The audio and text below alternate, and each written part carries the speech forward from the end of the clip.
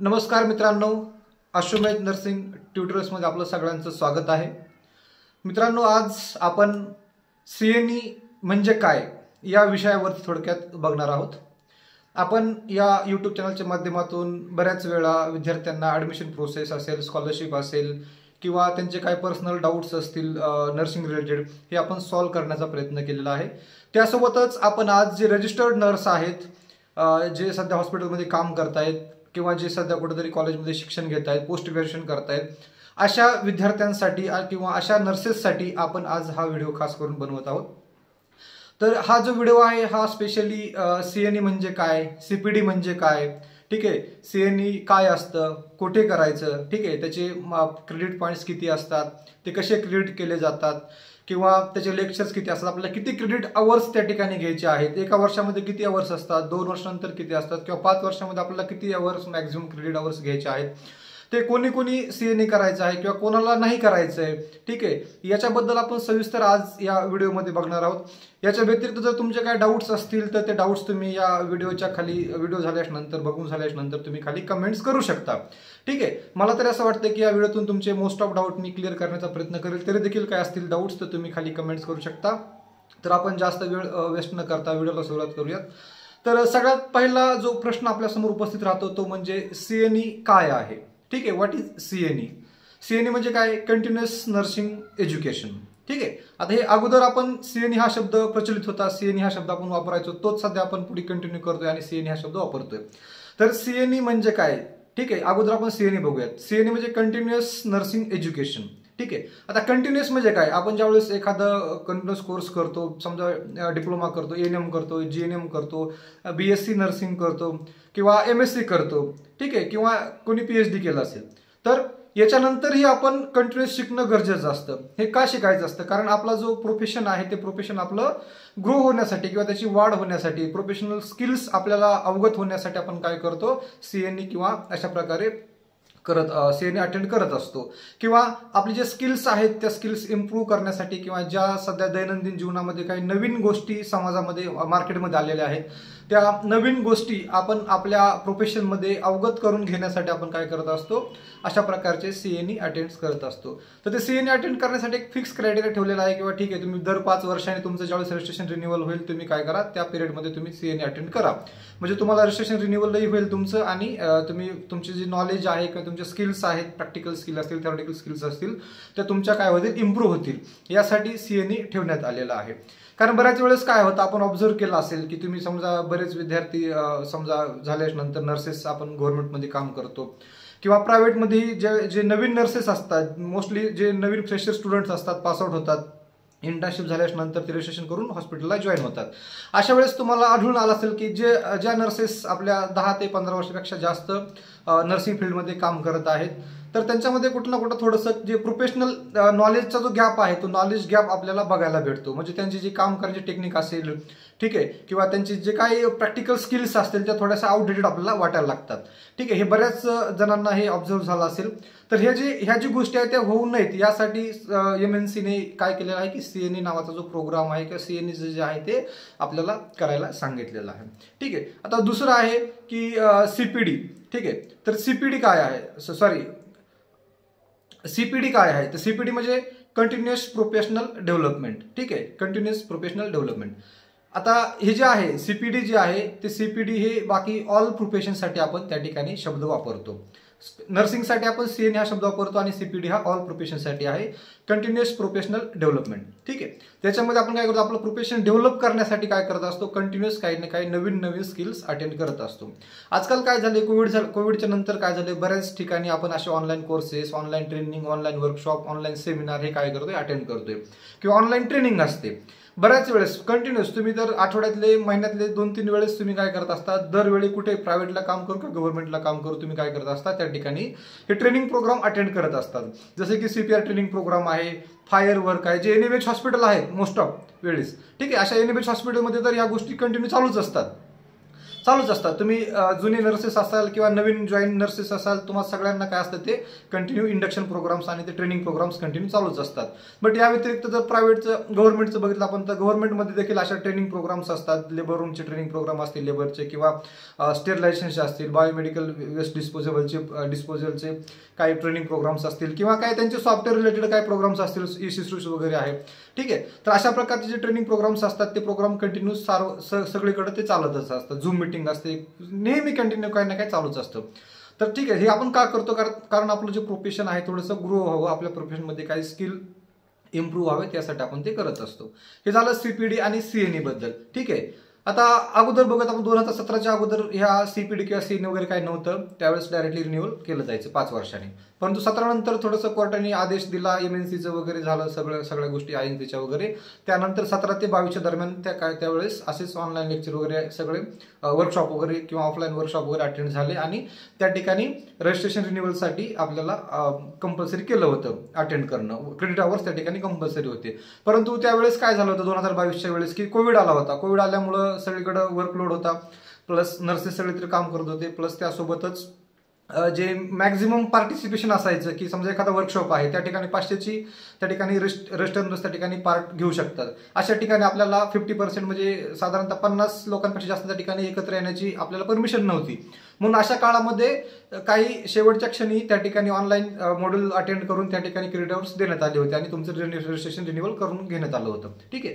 परंतु यावर्षी काय तसं कोविडचं वगैरे काही तसं वातावरण नव्हतं. त्यामुळं आपल्याला यावर्षी सगळ्यांना ऑफलाईन आणि शक्य झालं तर थोड्याफार प्रमाणात एक 20% त्या ठिकाणी ऑनलाईन सीपीडी किंवा सीएनई अटेंड करण्यासाठी आपल्याला परमिशन दिलेली आहे, किंवा आपल्याला करणं कंपल्सरीच केलेलं आहे. ठीक आहे. तर हे झालं याच्याबद्दल. त्यानंतर आपण नेक्स्ट आपण बघणार आहोत की सीपीडी कोणी करायचं कोण नाही करायचं, सीपीडी किंवा सीएनई मध्ये किती क्रेडिट आवर्स असतात.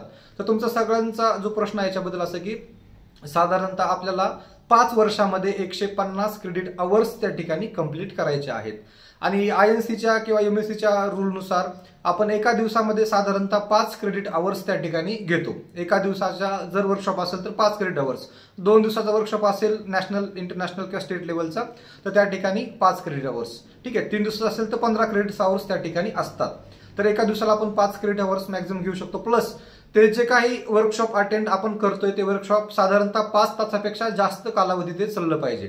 ठीक आहे. ते जे लेक्चर्स असतात ते 5 तासापेक्षा जास्त असणं गरजेचं आहे. त्याच वेळेस आपल्याला 5 पॉईंट्स भेटतात. ठीक आहे. तर एका वर्षामध्ये आपण मॅक्झिमम त्या ठिकाणी 60 पॉईंट्स क्रेडिट आवर्स घेऊ शकतो. ठीक आहे. तर आपण एका वर्षात 30 अशा प्रकारे 5 वर्षात आपल्याला 150 टोटल आवर्स क्रेडिट आवर्स घ्यायचे होते. परंतु आपण जर तसं नाही, तुम्हाला जास्त घ्यायचे असतील तुम्ही एका वर्षात मॅक्झिमम 60 क्रेडिट आवर्स घेऊ शकता. 2 वर्षामध्ये साधारणतः 120 आपले क्रेडिट आवर्स होतात. आता प्रश्न असा आहे की आपल्यातले जे मोस्ट ऑफ जवळपास 80 to 90% नर्सेस असे आहेत ज्यांनी आतापर्यंत एकही क्रेडिट आवर्स घेतलेला नाही किंवा एकही वर्कशॉप किंवा काही कुठले सीएनई अटेंड केलेली नाही. तर अशा लोकांनी आता 2025 तर संपलेलंच आहे, 2026 आणि 27 पर्यंत आपल्याला जवळपास 1.5 वर्ष कालावधी आहे, 1.5-2 वर्षाचा. तर या कालावधीमध्ये आपल्याला ते शक्य आहे का की आपण 150 आवर भरू? ठीक आहे. हा सगळ्यात मोठा प्रश्न आहे. आपण मॅक्झिमम या ठिकाणी किती घेऊ शकतो? 120च घेऊ शकतो. तर आपल्याला 150 करायचं, बाकीच्याचं काय? ठीक आहे. त्याच्यासाठी काही ना काही सोल्युशन निघू शकतं, हे आपण सध्या सांगू शकत नाही. परंतु इन फ्युचर त्याच्याबद्दल काहीतरी सोल्युशन निघेल, किंवा क्रेडिट आवर्सची जी 150ची जी लिमिट आहे मे बी ती कमी 100 पर्यंत होऊ शकते, किंवा 50-60 पर्यंतही होऊ शकते, किंवा तुम्हाला ते जे सीएनई वगैरे आहे ते जाऊही शकतं. त्या ठिकाणी सीएनई तुम्हाला ऑनलाईन 1-2 मॉड्यूल अटेंड करून त्या ठिकाणी तुम्हाला ते रजिस्ट्रेशन रिन्युअल करूही शकता. ती गोष्ट पुढची आहे, ती भविष्याची आहे, त्याच्याबद्दल आपण कोणी काही सांगू शकत नाही. परंतु सध्याच्या जरी रूल्स आहेत त्यानुसार तरी आपल्याला 150 क्रेडिट आवर्स कंप्लीट करायचे आहेत 2 वर्षामध्ये. ठीक आहे. तर आता सीएनई कुठं अटेंड करायची, कसे करायचे? तुम्ही एमएनसीच्या वेबसाईटमध्ये गेल्याच्या नंतर वरी त्या ठिकाणी मेन जे होम पेज आहे, होम पेजवर तुम्हाला सीपीडी त्या ठिकाणी दिलेला असेल. सीपीडीवरती क्लिक करायचं. त्यानंतर सीपीडी ओपन झाल्याच्या नंतर तुम्हाला खाली अलग अलग ठिकाणी एक साधारणतः आता सध्या भरपूर ठिकाणी सीपीडी चालूच आहेत, त्यामुळं 10, 15, 20 त्या ठिकाणी अलग अलग सीपीडी तुम्हाला त्या ठिकाणी बघायला भेटतील. कॉलेजचं नाव असतं, कुठं सीपीडी लोकेशन दिलेलं असतं, आणि ते त्याची फीस वगैरे काय चार्जेस समजा आता फ्री केलेलं आहे, पण पहिलं फीस त्या ठिकाणी दिसायची. तर तुम्हाला ते कुठं आहे आणि किती दिवसाचं आहे वगैरे त्या ठिकाणी दिलेलं असतं. क्रेडिट आवर्स त्या ठिकाणी त्याला किती आहेत या ठिकाणी आपलं त्या ठिकाणी ते खाली तसं दिलेलं असतं. तर तुम्ही त्या वेबसाईटवरती जाऊन बघू शकता. सीपीडीच्या सीपीडीच्या अंडर त्याच्या खाली तुम्ही त्या ठिकाणी क्लिक करून बघू शकता. तर ते आहे. आता दुसरा प्रश्न असतो, बऱ्याच लोकांना नर्सेसला आपला प्रश्न आहे की हे सीएनई कोणाकोणाला अटेंड करायचे आहेत आणि कोणाकोणाला करायचे नाहीत. हा खूप महत्वाचा प्रश्न आहे. ठीक आहे. बऱ्याच जणांनी युट्यूबवरती व्हिडिओ बनवलेले आहेत, त्यांनी सांगितलेलं आहे की सीपीडी किंवा सीएनए जे आहे ते तुम्हाला कंपल्सरी आहे, सगळ्यांना अटेंड करणंच आहे, काही झालं तरी करणं आहे. परंतु याच्यामध्ये पण काही एक्सेप्शन्स आहेत. त्याच्यामध्ये जसं की जे नर्सेस ज्यांनी 2022 ते 27च्या दरम्यान एखाद्या कॉलेजला ऍडमिशन घेतलेलं आहे, ठीक आहे, 2022 ते 27च्या दरम्यान जे कोणी त्या ठिकाणी एखादा कॉलेजला ऍडमिशन घेतलेला आहे किंवा प्रोफेशनल कोर्स आहे त्याला ऍडमिशन, जसं की समजा पोस्ट बेसिक बीएससी ला तुम्ही ऍडमिशन घेतलेलं आहे 2022 नंतर, ठीक आहे, किंवा एमएससी ला ऍडमिशन घेतलं 2022 नंतर, अशा विद्यार्थ्यांना किंवा अशा स्टाफ नर्सेसला, ठीक आहे, की अशा नर्सेसला त्या ठिकाणी सीएनई अटेंड करायची गरज नाही. कारण त्यांनी 2 वर्षाचा जो कोर्स असेल तर एका वर्षाला 75 क्रेडिट आवर्स, याप्रमाणे 2 वर्षाचे 150 क्रेडिट आवर्स ऑटोमॅटिकली त्या ठिकाणी तुमच्या अकाउंटला क्रेडिट होतात आणि तुमचं जे रजिस्ट्रेशन आहे ते रिन्युअल त्या ठिकाणी होतं. ठीक आहे. किंवा जे नर्सेस आर्मीमध्ये आहेत, नेव्हीमध्ये आहेत, इंडियन एअरफोर्समध्ये आहेत, ठीक आहे, जे देशाची सेवा देत आहेत, अशा नर्सेसला देखील या ठिकाणी याच्यातून वगळण्यात आलेलं आहे. तुम्हाला देखील या ठिकाणी सीएनई अटेंड करायची गरज नाही. ठीक आहे. किंवा जे विद्यार्थी आता या सायकलमध्ये नवीन कॉलेजला ऍडमिशन घेतलं, म्हणजे नवीन त्या ठिकाणी जसं की 2025 आहे, ज्या विद्यार्थ्यांनी 2025ला एमएससीला ऍडमिशन टाकलंय, ठीक आहे, किंवा पोस्ट बेसिक बीएससीला ऍडमिशन टाकलंय आणि ते जे कॉलेज आहे ते कॉलेज एमएनसीच्या अंडर आहे, ठीक आहे, अशा कॉलेजच्या विद्यार्थ्यांना किंवा अशा विद्यार्थ्यांना त्या ठिकाणी किंवा अशा नर्सेसला त्या ठिकाणी सीएनई अटेंड करायची गरज नाही. ठीक आहे. अशा प्रकारे या ठिकाणी सीएनई अटेंड करण्याचं आहे.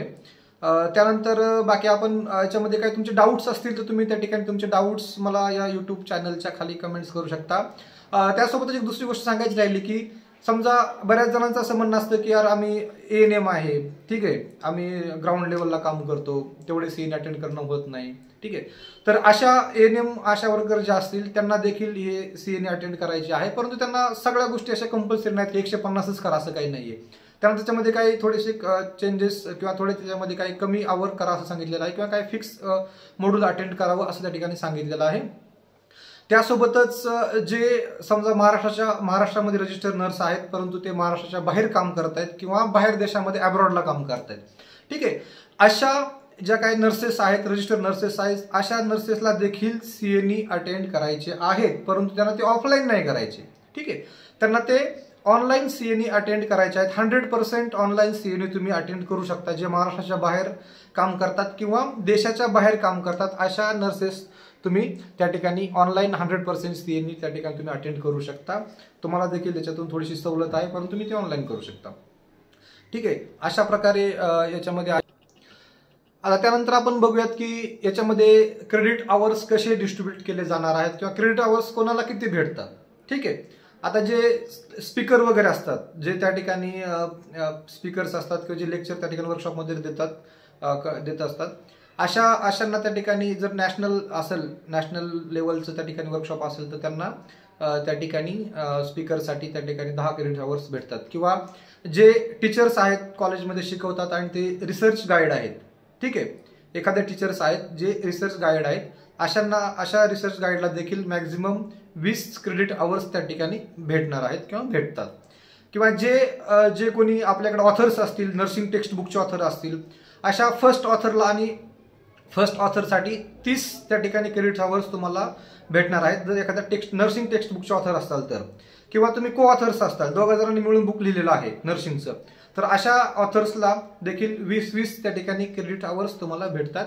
किंवा ज्यांनी कोणी समजा एखादा टॉपिक त्याच्यामध्ये चेंजेस केलेत, समजा एखादं पुस्तक आहे, नर्सिंगचं टेक्स्ट बुक आहे, याच्यामध्ये कोणी एखादा टॉपिक लिहिलेला आहे, ठीक आहे, एखादा टॉपिक लिहिला आहे, एक्झाम्पल समजा असर्टिव्हनेस, ठीक आहे, किंवा असर्टिव्ह बिहेवियर सायकेट्रिक टॉपिक आहे, ठीक आहे, हा टॉपिक लिहिलाय, तर त्यांना 10 पॉईंट्स त्या ठिकाणी भेटणार, क्रेडिट आवर्स त्या ठिकाणी 10 भेटणार. ठीक आहे. तर अशा प्रकारे किंवा ज्यांनी आर्टिकल पब्लिश केलेलं आहे, ठीक आहे, ज्यांनी काय केलेलं आहे, आर्टिकल एखाद्या इंटरनॅशनल जर्नलमध्ये आर्टिकल पब्लिश केलेलं आहे किंवा नर्सिंग जर्नलला रिसर्च आर्टिकल पब्लिश केलेलं आहे किंवा पेपर प्रेझेंटेशन झालेलं आहे एक्झाम्पल, तर अशांना देखील 2 ते 5 साधारणतः त्या ठिकाणी पॉईंट्स त्या ठिकाणी एमएनसी कडून भेटणार आहेत. तर हे झालं एक्सेप्शन. तर मित्रांनो, याच्या व्यतिरिक्त तुम्हाला जर काही डाऊट्स असतील तर तुम्ही ते डाऊट्स त्या ठिकाणी तुम्ही चॅनलमध्ये या व्हिडिओच्या खाली कमेंट्स करू शकता. तुमचे नर्सिंग रिलेटेड कुठलेही डाऊट्स असतील, ठीक आहे, गव्हर्नमेंट रिलेटेड डाऊट असतील, नर्सिंग रिलेटेड डाऊट असतील, किंवा गव्हर्नमेंट एक्झाम रिलेटेड डाऊट असतील, किंवा नर्सिंग ॲडमिशन रिलेटेड डाऊट्स असतील, किंवा तुमचे नर्सिंग टेक्स्ट बुक रिलेटेड काय डाऊट्स असतील, किंवा सिलेबस रिलेटेड काय डाऊट्स असतील, तुमची नर्सिंग फील्डबद्दल कुठलेही डाऊट्स असतील तर तुम्ही या चॅनलमध्ये कुठल्याही व्हिडिओच्या खाली तुम्ही कमेंट्स करू शकता. त्याचं तुम्हाला व्यवस्थितरित्या समाधानकारक रिप्लाय दिला जाईल.